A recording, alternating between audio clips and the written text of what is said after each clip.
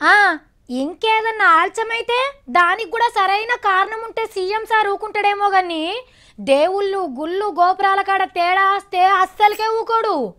ఏం చెప్పిండో అది జరిగి తీరాల్సిందే. పైకానికైతే అసలు వెనకకే పోడు.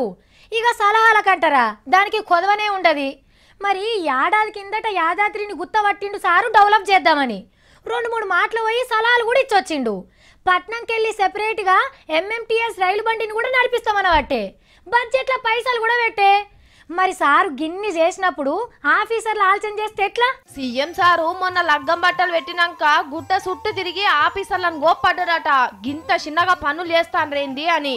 తెల్లారే అందరిని ఆఫీస్కు విలువ నమ్ముకొని మీటింగ్ పెట్టిండు. వాళ్ళు వచ్చే వరకే కంప్యూటర్లో గ్రాఫిక్ బొమ్మలు గీపిచ్చి తయారుగా పెట్టిండ్రు. పెద్ద టీవీ లేచి చూపించుకుంటా ఏడేడ ఏం కట్టాలనో ఎట్లా కట్టాలనో మొత్తం వివరంగా చెప్పిండు. అగో గిట్ల మారబోతున్నది యాదాద్రి. గుట్ట చుట్టూ సత్రాలు కడతారట. పచ్చటి పార్కులు, పోరగాన్లాడుకునే మైదానాలు, నడిమిట్ల మీదికి నీళ్లు షిమ్మే నల్లాలు. ఆహా నక్షలు చూస్తుంటేనే అబ్బా అనిపిస్తున్నలే. ఇక 4 వరుసల రోడ్లు వరుస్తారట. ట్రాఫిక్ జామ్ గీఫిక్ జామ్ లేముండయి, రైలు ఉరకొచ్చు.